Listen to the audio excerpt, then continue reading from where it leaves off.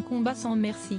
Ce mercredi 10 mai, Dolph Lundgren, connu pour son interprétation d'Ivan Drago dans Rocky IV, a accordé une interview dans l'émission In Depth with Graal Bensinger.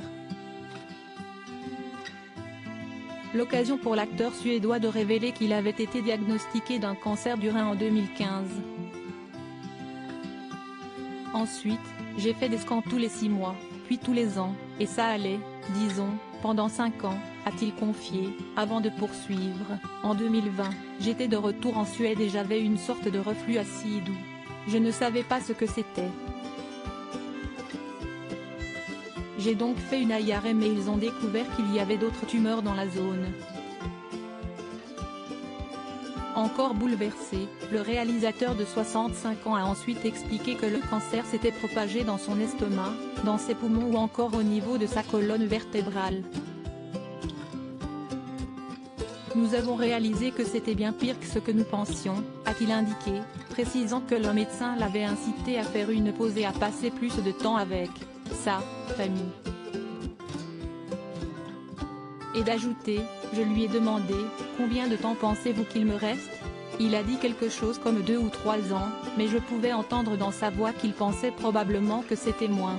Supérieur à Frédéric Mitterrand, Édouard Philippe.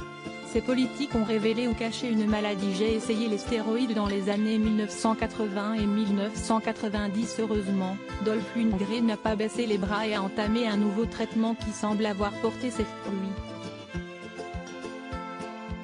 En 2022, j'ai vu les médicaments faire leur effet.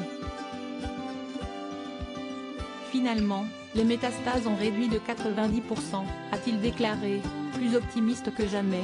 Avant de revenir sur une des causes potentielles de sa maladie, j'ai essayé les stéroïdes dans les années 1980 et 1990.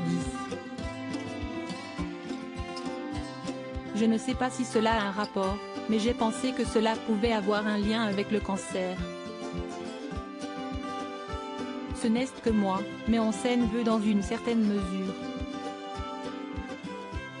Je pense qu'il y a peut-être un lien entre la prise d'hormones de croissance, de testostérone et le cancer. Des produits qu'il avait néanmoins arrêté de consommer depuis longtemps. J'ai arrêté d'en prendre quand j'ai arrêté de faire des films où j'enlevais mon haut à chaque scène, a-t-il conclu. Article écrit en collaboration avec 6 médias. Crédit photo, Zooma Presse.